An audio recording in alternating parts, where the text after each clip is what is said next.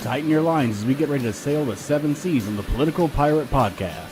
Join Captain Ted Yoho and the salty dog John Martin as they search far and wide for the greatest treasure of all, the truth. From local Florida news to nationwide stories and the globe beyond, we've got it all mapped out. Now here's your hosts, the salty dog John Martin and Captain Ted Yoho.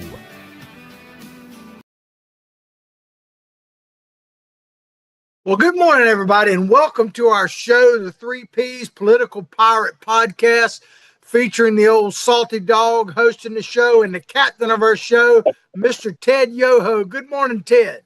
Good morning, John. How you doing? I'm feeling like I'm getting a little salty here, too. We're down here in the Keys, had a great day. Carolyn and I went out lobstering, almost got our limit yesterday. Not bad for two 70-year-olds. Actually, I shouldn't tell on her. We'll have to share some. We share tales on the show, so we'll have to share real lobster tales at some point. That's right.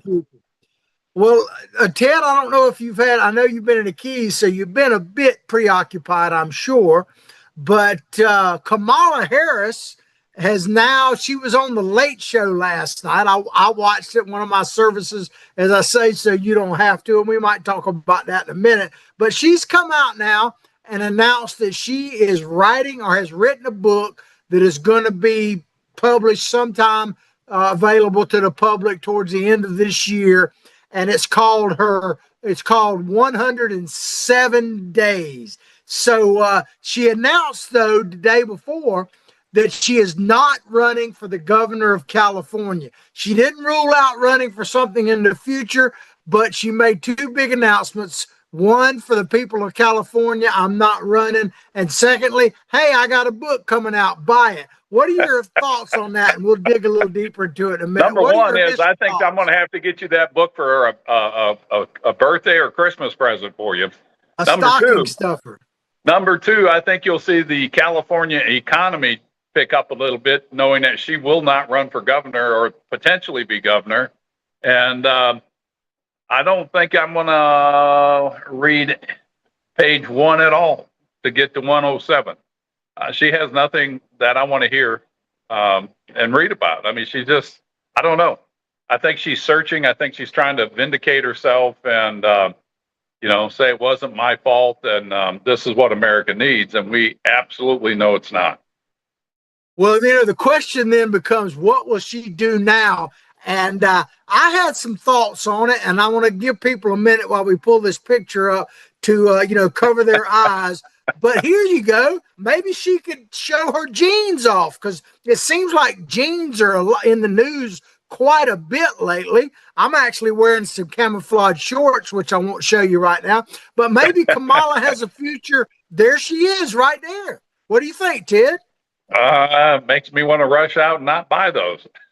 But buy something, right? Buy some of them blinders you can sleep with. So I tell you what, she's the gift that just keeps giving for the Democrat Party. She's all those things that were wrong with the Democrat Party, and God bless her. I hope they elevate her to the highest level as a nominee for president with the AOC and Bernie and, put all Zohran Madani and all those social communists in there. And Eric Swalwell, of course, he's trying to make a comeback. He announced that he's challenging Greg Gutfeld, to a weightlifting contest. I don't know if you saw that, because Gutfeld made a joke about him a couple nights ago. And so he challenged him to a weightlifting contest and literally said this, Ted. This is how desperate the Democrats are getting. He said, the winner has to quit. You either leave Fox or I leave Congress. And the winner has to quit? Yeah, no, the loser quits, I guess. I don't know. It's just confusing to me. But we'll get back into Kamala in just a minute. But I can't help but ask you, if I know you've been busy down there in the Keys, but what do you think about this jeans deal with Sydney Sweeney and all that? I mean, will the Democrats ever get tired of using the Nazi? They literally are accusing this woman of being a Nazi when just because she's white and looks good in a pair of blue jeans. It's unbelievable. It really is. It's a cancel culture. They want wokeism, they want DEI. And they're such sore losers. And that's why they are where they're at. It's their policies and their beliefs. And I remember Rush Limbaugh used to talk about the Democrats being a mental disorder, and I'm like, that's not true, but I really think it is. I think it's grounded in ignorance and that they don't understand what we have as a country. And we talked last week about all the terrorist attacks that go on every month in the world. And we don't have to deal with that because we have a constitutional republic and the rule of law. And we have I was going to say a bad word, but we have a very strong military that keeps peace. Not so much around the world, but definitely here. And they do around the world. That was set up after World War II. So, the Democrats, they're just a lost soul. I mean, they're like wandering in the desert for 40 years, and I hope it's 140 years for them. Yeah, it seems like every time you think that they can't go any lower. We talked about when we go high, they go low, we go high last week with Michelle. Yeah. But it seems like just when you think that pond can't get any shallower, they scrape another inch or two off of it. It's just there's been so much stuff, so much stuff just in the last week. It's really difficult to even talk about, or to know what to talk about. It really is. I'm going to adjust my camera here. Go ahead. Yeah. So I know, as we said at the top of the show, and I know you're overjoyed to hear this, and you want to give me that gift of Kamala's book. But I want to play what she put out on I guess on X yesterday, announcing her book, and then we'll come back and talk about it. It's a little over a minute long, but I think it's worth watching. Check it out. Campaign for President of the United States. 107 days, traveling the country, fighting for our future. The shortest presidential campaign in modern history. It was intense, high stakes, and deeply personal for me and for so many of you. Since leaving office, I've spent a lot of time reflecting on those days, talking with my team, my family, my friends, and pulling my thoughts together. In essence, writing a journal that is this book, 107 Days. With candor and reflection, I've written a behind-the-scenes account of that journey.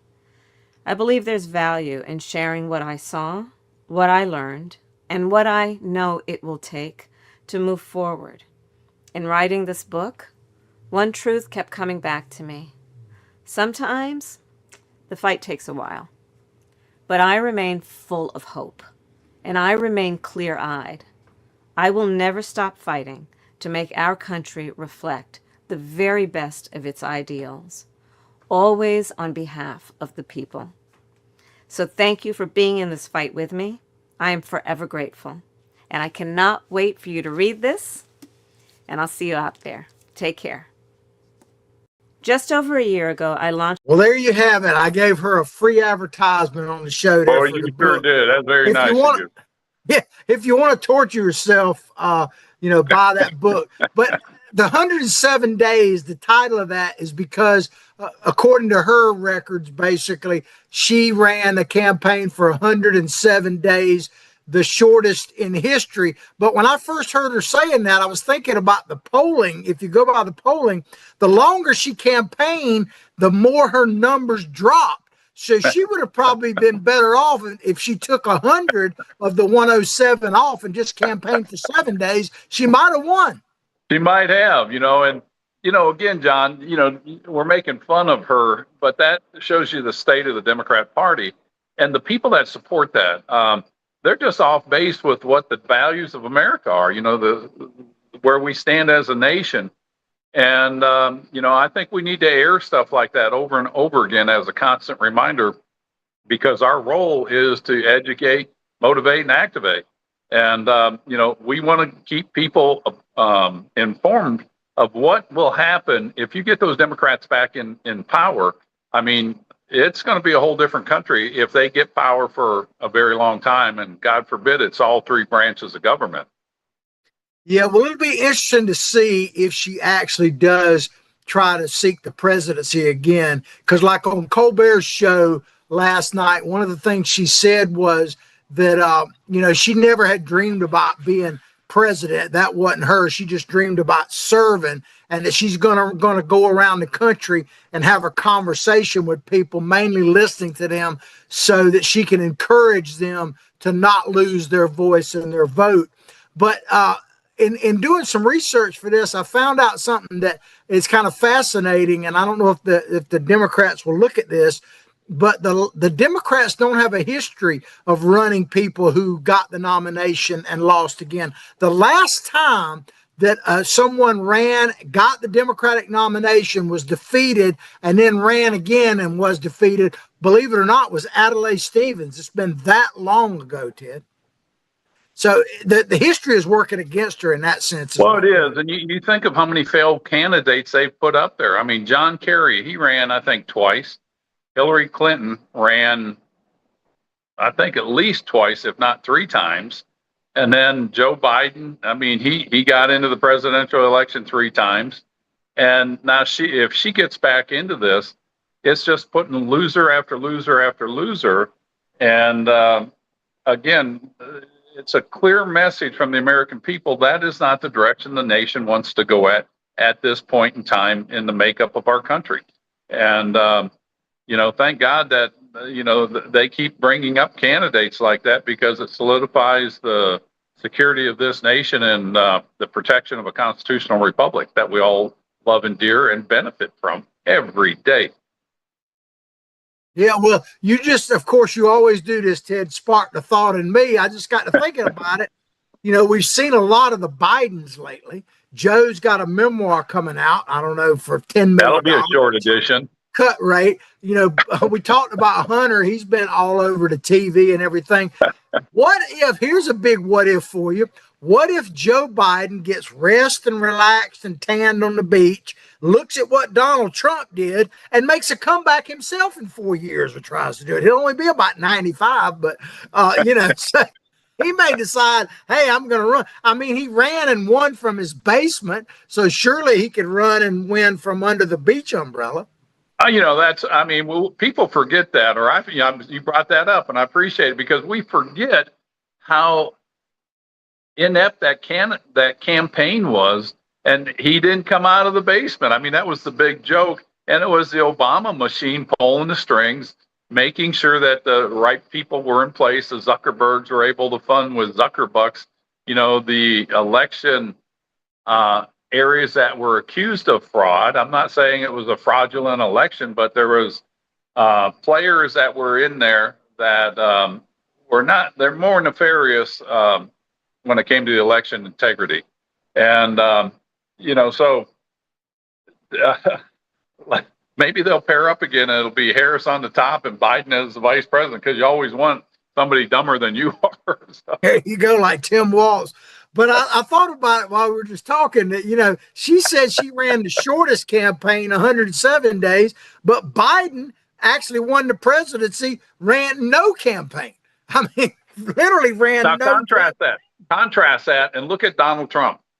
That guy was campaigning virtually 4 to 5 times a week at his own expense, flying around in his jet, campaigning from when the 2020 election ruled against him, and he was nonstop campaigning. In fact, he still was doing it, not as much as he was.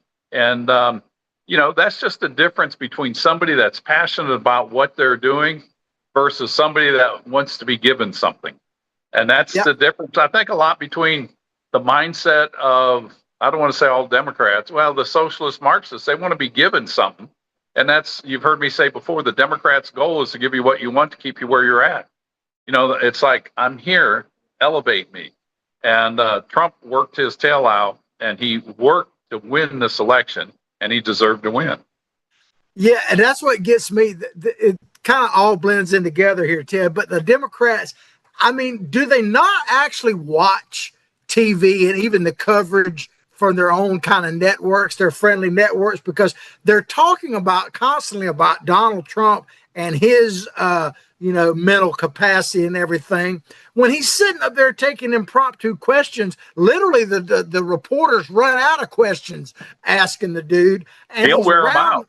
Yeah, he wears them out, and he's going around the world doing stuff. He's literally, as we talked about on our last show, reset the world. And they expect that we don't see that compared to like Joe Biden doing like this, shaking hands with no one, or Kamala Harris just going, I mean, Yeah. she put out a video, Ted. I tried to find a clean copy of it, but I'll try to put it up on Facebook at some point over the weekend. Well, let me ask you, since you go ahead, finish your But thought. she came out with this video. You got to try to watch it, man. It's about 30 seconds long, and it was a precursor, I guess, to her book announcement. But she's in that same setting in that library. She leans over. I'm going to show you what she did. She leans over the counter. There's no one else in the shot, and she's whispering like to someone.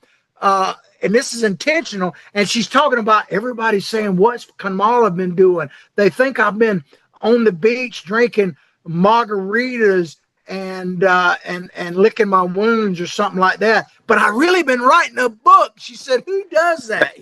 I mean, it's like really creepy. And I'm like, do they not see themselves? But then they turn around and try to say that Donald Trump is incoherent and everything. You can love, hate, whatever Donald Trump, but trying to question his mental and physical capacity is lunacy. Anybody can see it.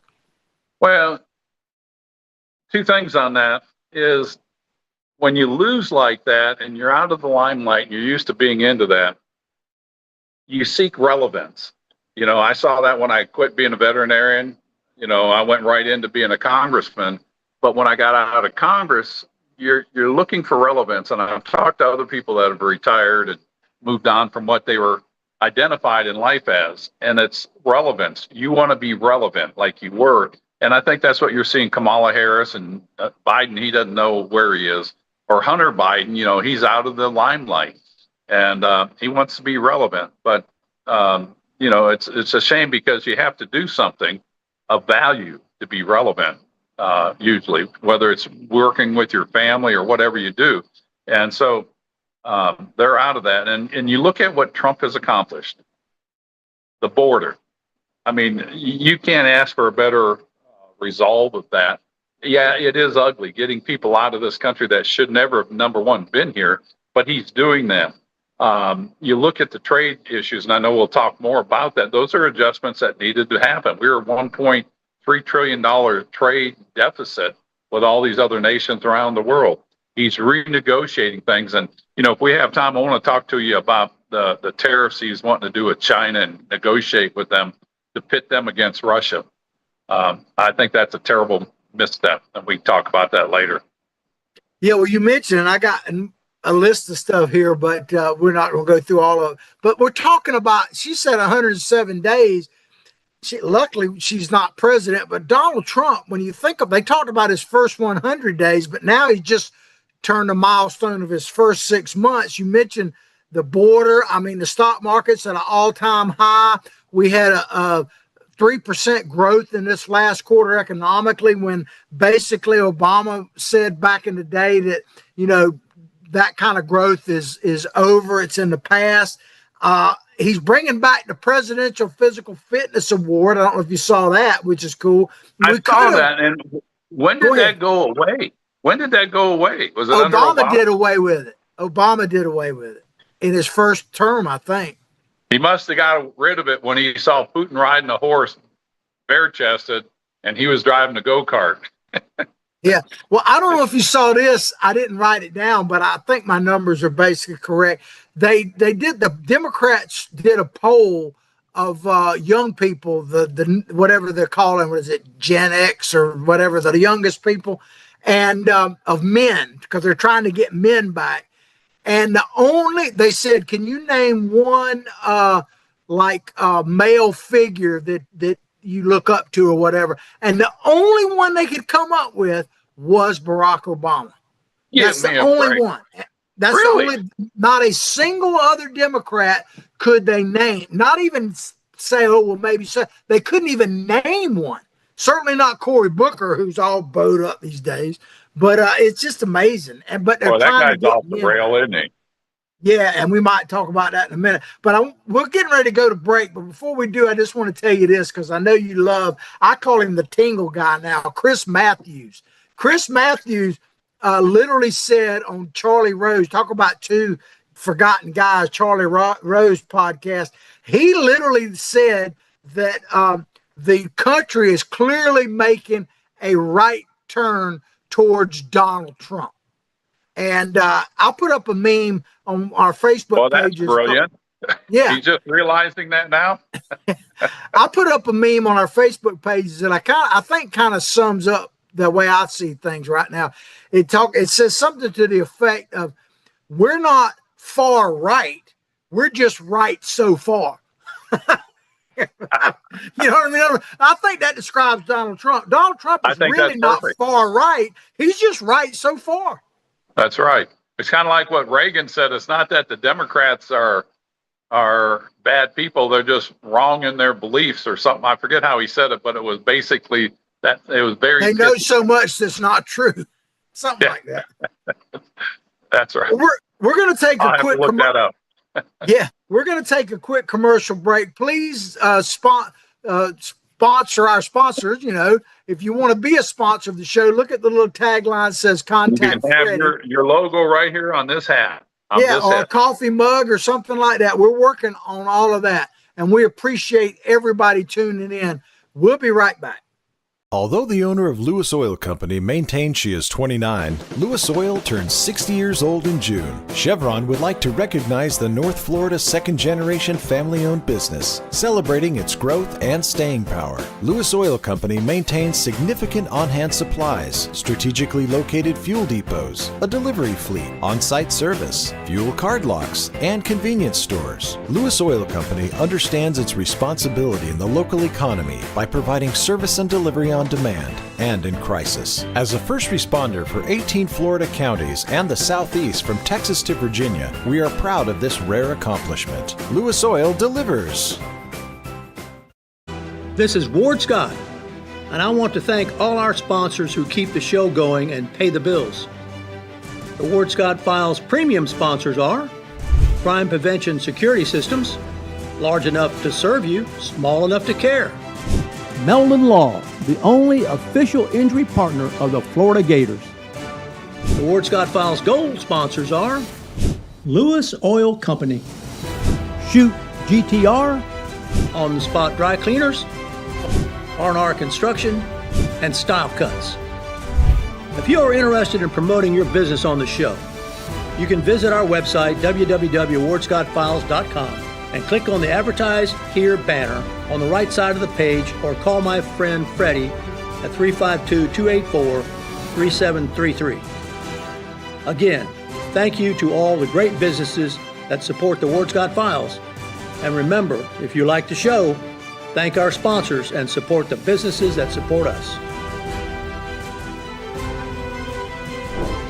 What you just said is one of the most insanely idiotic things I have ever heard.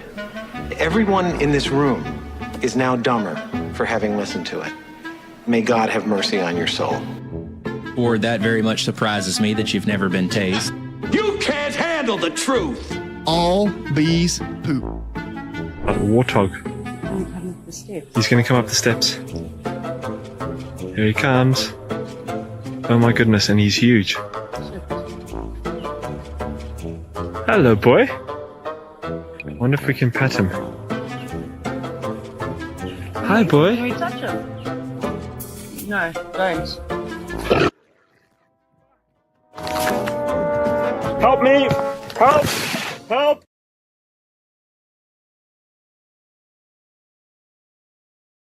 And we're back to the 3Ps, Political Pirate Podcast, with yours truly, the old salty dog, John Martin, and the captain of our ship, Ted Yoho, coming to you from the Keys, the great Florida Keys. I love the way that flows off your tongue.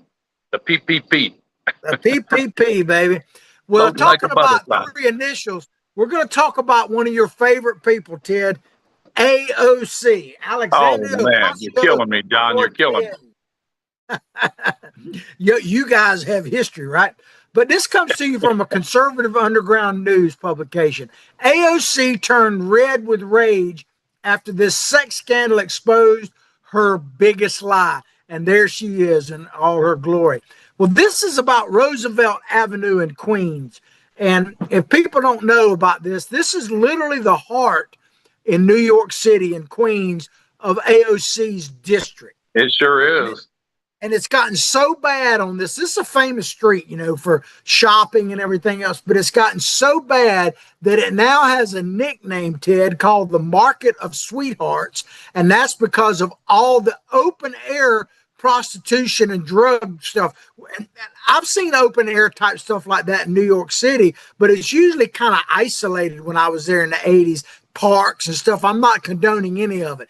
But in this area, it's literally a complete street of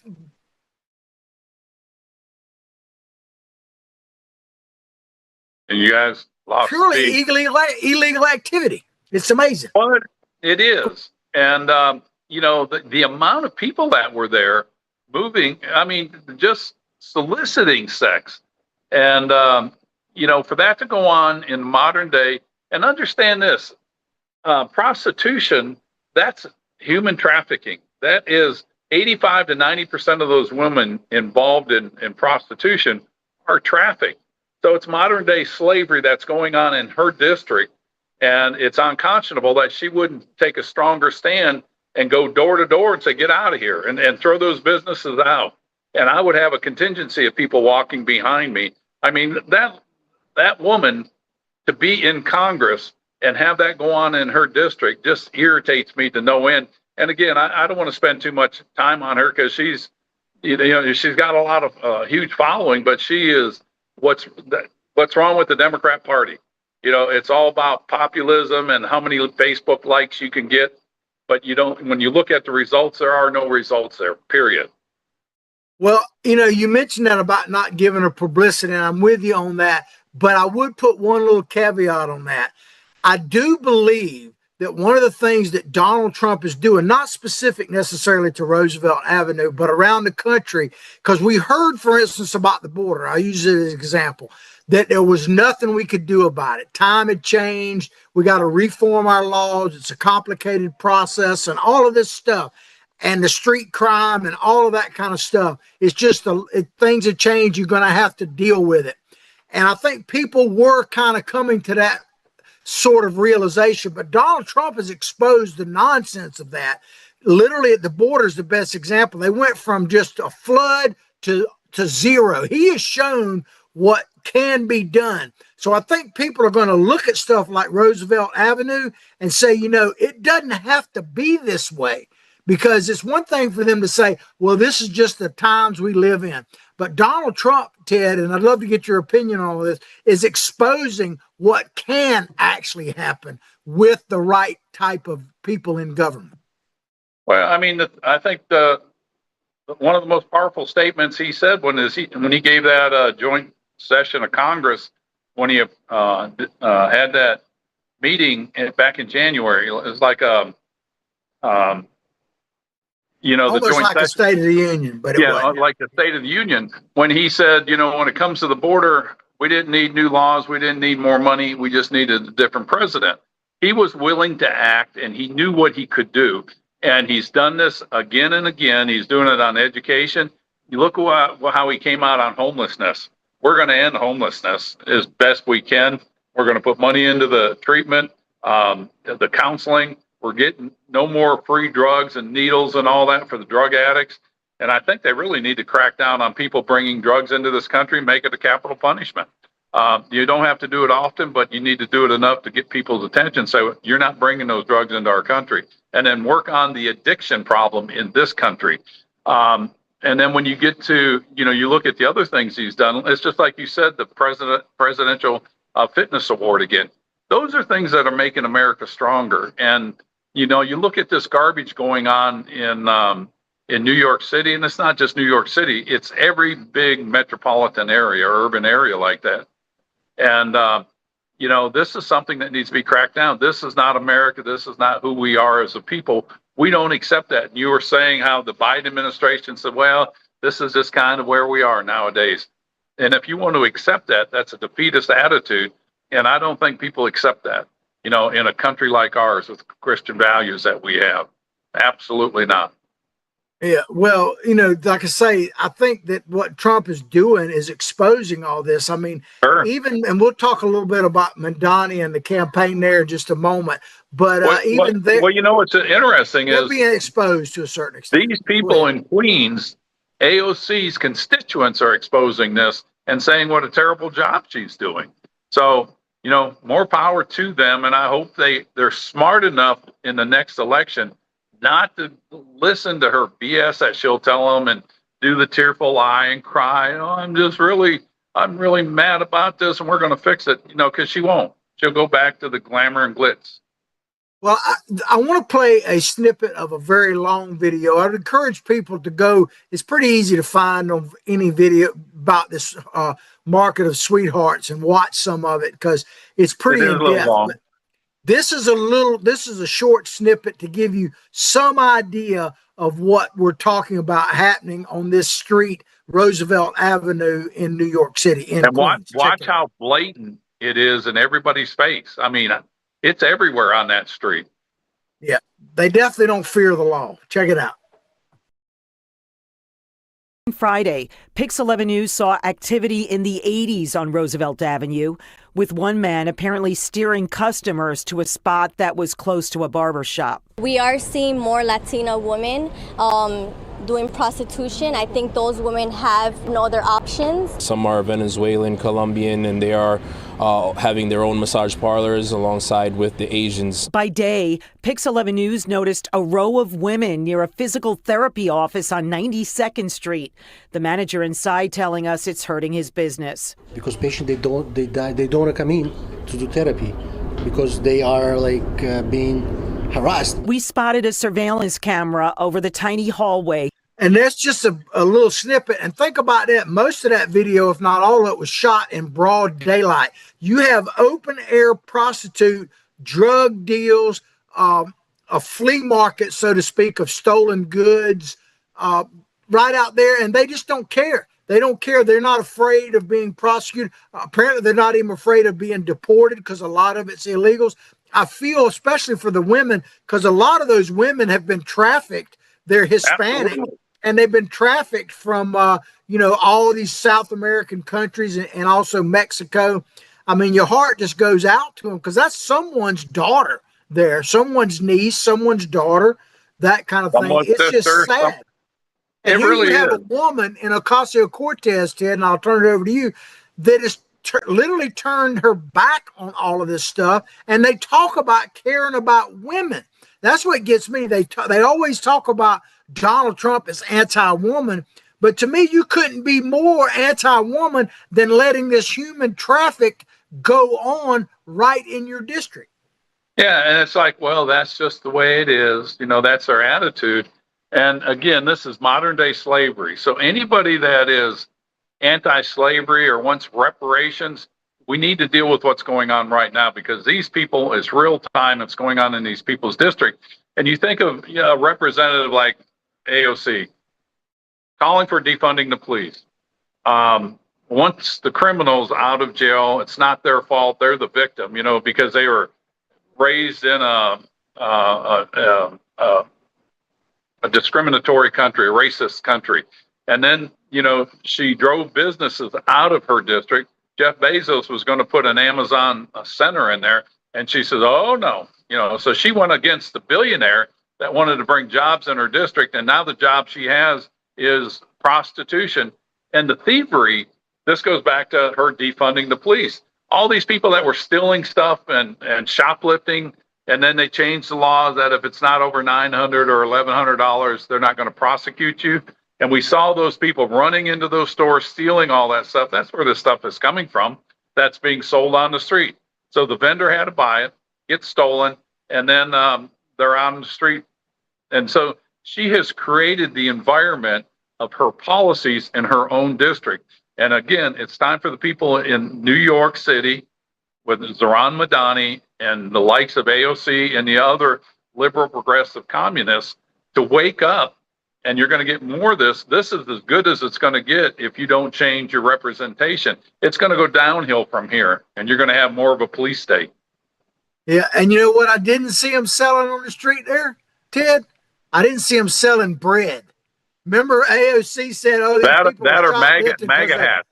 they're yeah, they're not selling MAGA hats, but they're, you remember she said, oh, the people that are shoplifting are just stealing bread for their children. I didn't see know that anybody very selling well, bread. John, because that was the whole point of me talking to her. Like, I knew you'd love that. Yeah, is this really your intention to tell people it's okay to shoplift?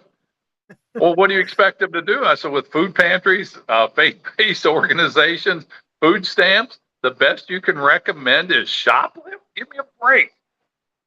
If you're just tuning in, we're talking about Roosevelt Avenue in Queens, New York, called what is it now? The Avenue, the Market of Sweethearts, right in the heart of Ocasio-Cortez's district. But listen to this, Ted. Rosa Sanchez, who is president of the Restore Roosevelt Avenue Coalition, just what she said. She said, I have not personally seen Ocasio-Cortez since she's been elected. I have seen her I've not seen her in the community. I have seen her in a parade. She's parading around with Zoran Mondani, who is running for mayor and avowed communism to the rescue. There they are. So the only time she sees Ocasio-Cortez is in a parade. It kind of speaks volumes to that this is what's is that what's going to save Roosevelt Avenue? More communism? Yeah. Well, we say it over and over again. You don't get the government you want, you get the one you deserve. And unfortunately for the people up there, there's a lot of good people up there, but not enough of them came out to support better candidates. Yeah, well, she they questioned them about these businesses being forced under because they can't compete with the open air flea market out there, the drug trafficking, the sex trafficking. And of course, we know that they question whether she cares or not. But we've seen Ocasio-Cortez, how much she cares. I've got a picture right here, if we can get it up there, that shows her literally crying. There she is. She's crying. And so she cares. But that was for illegals in Texas during the Obama administration or whatever, the Trump, in Obama's pens, not Trump's. But I guess she cares for illegals, but she doesn't seem to care about the actual citizens of the great state of New York. Yeah, in her district. Yeah. Put her in the Senate, and all of New York will be like Queens. Well, this guy, Mauricio Zamora, head of the Neighbors of American Triangle, which is involved in this down there, said Ocasio-Cortez has never been helpful in the area's biggest problems, which I'm sure is a shock to you, Ted. Yep. But Zamora finally managed to meet, check this out, he met with Ocasio-Cortez about the illegal vending crisis in the Corona Plaza. This is what she told him, Ted. She told him the federal government wasn't responsible for local crime, that city officials and the New York Police Department should handle it instead. Now, this is the one she wants to defund. Mondani has made that a cornerstone of his political career, defund the police. And think about this. She says that the federal government is not responsible, yet every one of those people, for the most part, that is doing this illegally are people who are here illegally to start with, which is all the federal government's responsibility. Well, it is, and it comes down to the rule of law. When you're calling for defunding the police, and they get the police get a lot of their funding from the federal government, and so yeah, they are involved in this. And it's just again, it goes back to the ignorance of that person, and people like her or the people that support her. Obviously, they don't have a clue of what's going on. They just see anti-Trump, anti-white America. We're going to support this person. And it's unfortunate that we become that divided. And where it really falls back on, John, it goes back to our educational system and parenting and teaching. It starts from the very beginning of when children are born and how they're raised and reared. And, my wife and I were driving around and we're seeing sea turtles and all that stuff down here in the fabulous Florida Keys. And you just can't but think of the awe and the wonder of Mother Nature and how Mother Nature can rear their offspring on its own without a government intervention or a government program. And they do fine. But yet humans can't do that, and then we fall back and we want to start making excuses and say, well, woe is me. The government needs to help me. And that actually, I mean, there are some people that really do need government help. But for the most part, most people just need to tighten their belts up and make their own way in life for those that can. One of the things that fascinates me the most about the animal community, and there's so many examples, we showed those elephants in the earthquake out there in California where they circled around the young. Something I've witnessed myself literally almost every time I go fishing is the porpoise out there, the dolphins, how they educate their young. And they're extremely protective of them. They literally keep them corralled, and they teach them how to catch fish. I've seen it firsthand. They teach them like with flying fish. They'll get them to fly, and the mom will chase them, and the baby will try to get up there. It's amazing how much they care about their young, and we've gotten away from that as a species, not just as a country, but as a species. And all these problems that we have, if we don't solve that, if we don't start taking care of our young people and educating them and everything else, we're not going to solve any of these problems. There's no way. I'm glad you brought that up, because I brought that up when I was in Congress on the Ag Committee, that, you're born with innate traits that get passed down from one generation to the next over the eons of time. That is what gets inherited, those things. And a lot of that you can't teach. I mean, if you do, you've lost that innate ability. And it's that innate ability that moves the species forward, that keeps them, where they're replenishing. And I said on the committee, I said, why is it that the human species appears to be the only species on the planet going backwards in their ability to take care of themselves? And of course, that got the ire of the Democrats. Oh, you're so insensitive. And I'm like, no, I'm not. I'm just telling you what I've noticed from the animal world, and that, we should at least be as smart as they are. Anyways. Yeah. Well, that's like, and we talked about it briefly earlier, but the whole thing that Donald Trump brought back the Presidential Physical Fitness Award, the pundits on these Democrat channels, mainstream media, literally came out against that and said that it was white supremacist. I mean, my God. So not even having children be physically fit is somehow a virtue. It's crazy. Well, I'm sure it goes back to the Hitler Youth. That shows you how far off base they are. And I want to go back to Kamala Harris on the Colbert Show. I mean, here he had an opportunity to really grill her and make a really good interview and challenge her on some of those things. But I'm sure the whole thing was focused on, oh, Donald Trump's terrible. He's tearing America apart. And, instead of challenging her on some of her idiotic performances that she's done, and standing behind Joe Biden all the way to the very end, saying he was perfectly fit. But they don't do that. They use that platform to tear down the other side and tear down Trump. And that's why he's getting kicked off the air, as he should, because they bring no value to where people want to watch at. Well, he literally spent a big portion of his whole monologue was mocking Donald Trump before she ever came out there. And he even mocked him on the Presidential Physical Fitness, which, shows me why he's canceled. But the thing about it, Ted, back to this story with Ocasio-Cortez and what's happening there, I just want to play, because I think this pretty well sums up the problem. Because Pelosi, when asked about Ocasio-Cortez several years ago, when she was asked about the midterm elections, she pretty much explained the problem. She wasn't calling it a problem, but I would say the problem in a district like we're AOC, because you wonder, how do these people keep getting elected over and over and over? And Nancy Pelosi, let's hear it from her own words. She tells you exactly why they keep getting elected. Who won this election? It wasn't in districts like mine or Alexandria's. However, she's a wonderful member of Congress. I think all of our colleagues will attest.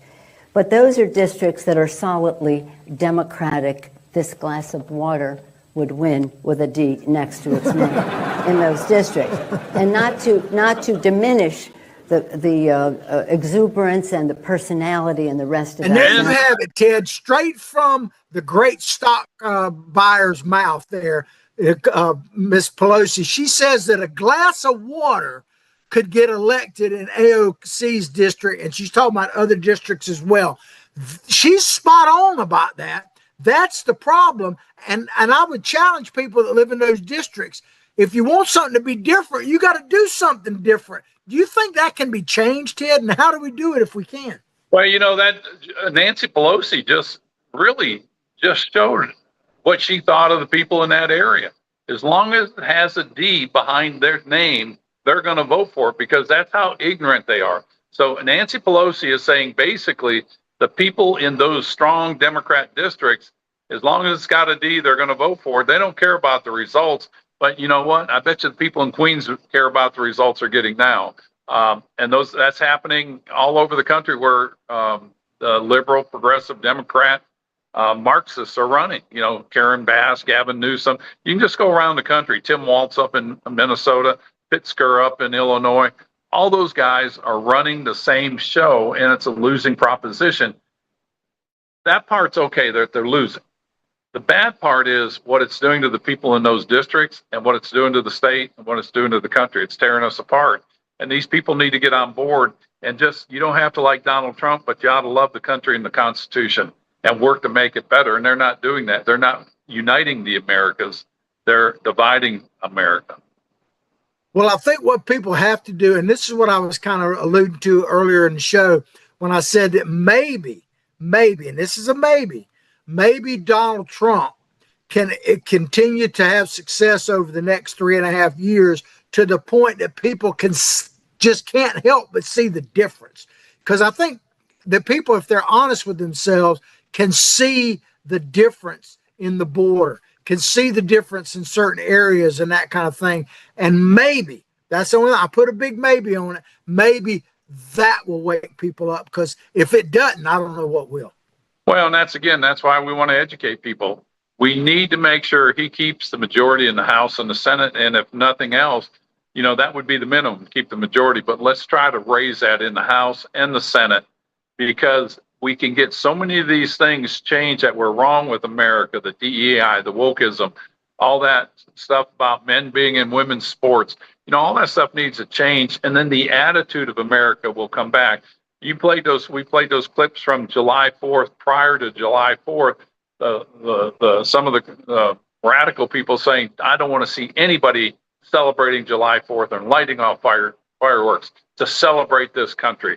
And versus let's celebrate America. Let's celebrate the greatness of this country. And, we all benefit, and let's all work to make it a stronger country, a united country.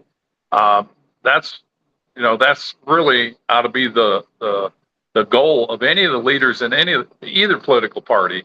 And where I stand. I'd like to get rid of political parties and just have the American party. We're all Americans. Let's make it stronger. Yeah, well, it could get off my soapbox. Hey, get up there, baby. So this comes to you as this is a story I know you wanted to talk about, Ted. So let's get into it in the time we have left. This is from the Daily Signal. Unlikely duo wins Senate panel's unanimous okay on a housing bill. So they unanimously, Democrats in the Senate actually pushed this out of committee. It says, can Congress make housing more affordable? That's the question that a new bipartisan bill seeks to answer. The legislation was passed unanimously out of the Senate Banking Committee, Housing and Urban Affairs, on Tuesday by a vote of 24-0. What are your initial thoughts on this, Ted? Because I know affordable housing, as far as people being able to afford a house, is something that you think is key to maintaining our republic, essentially. I think it's good in purpose that they're looking at that, but I think it's all wrong to think the government can solve this problem. You got to look at why housing is expensive. You look at rules, regulations that are at a federal level with the green energy, all that stuff that got put into place.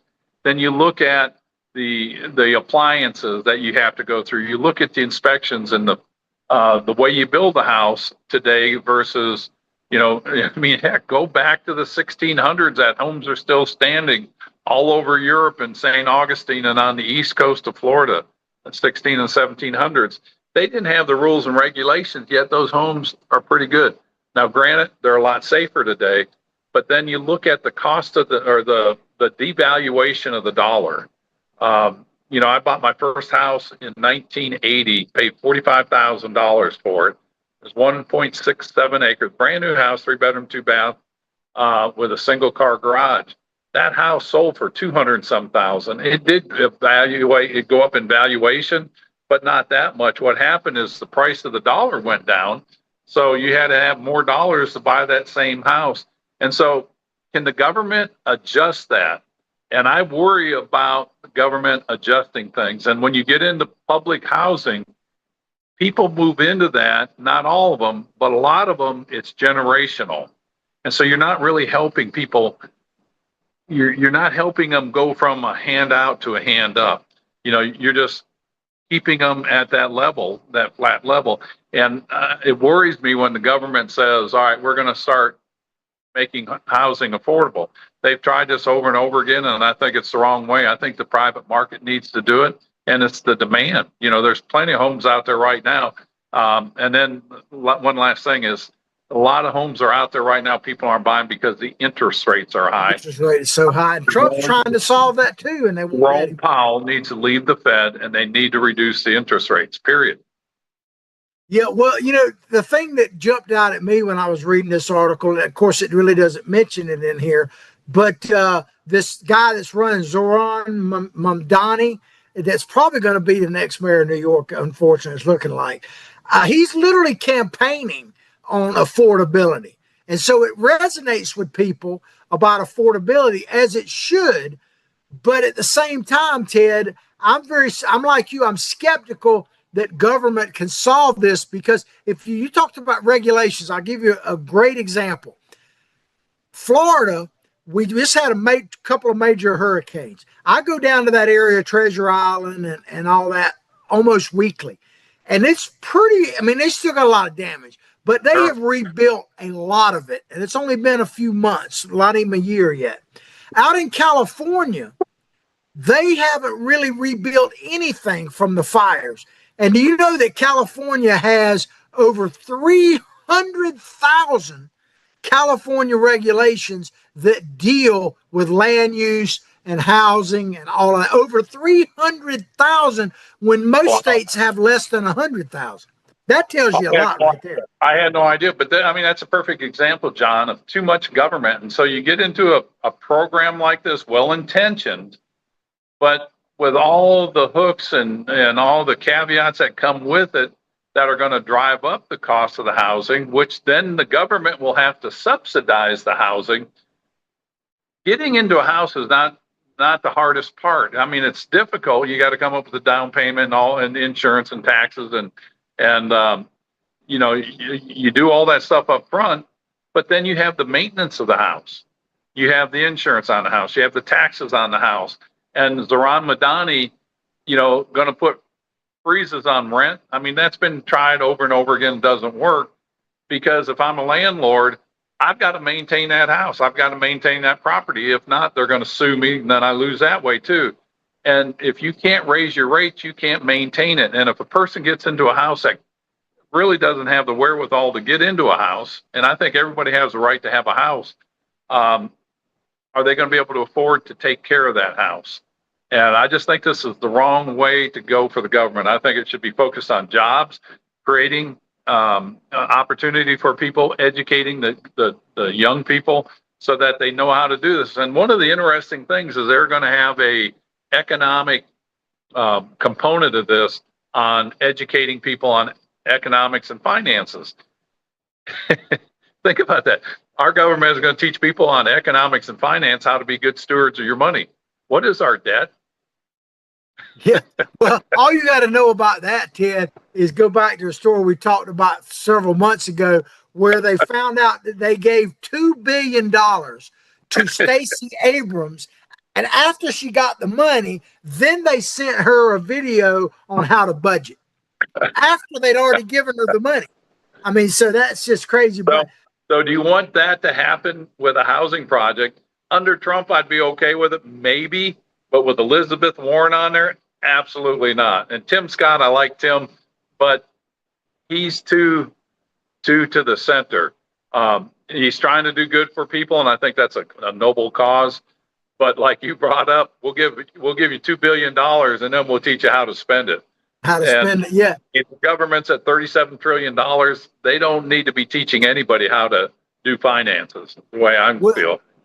My bottom line on this, Ted, for me is, and you've already kind of said it, but I always bring up this statistic, the Baltimore school system, where they did it. They not one single, not a percentage, not one single student in public schools in Baltimore from middle school to high school is proficient in math and reading at grade level. Not a single one. Until we solve that, we can dump a boatload of money on the problem, and it's never, no matter what the problem is, and it's never going to be solved. Ted, I'll give you the last word today. Go ahead.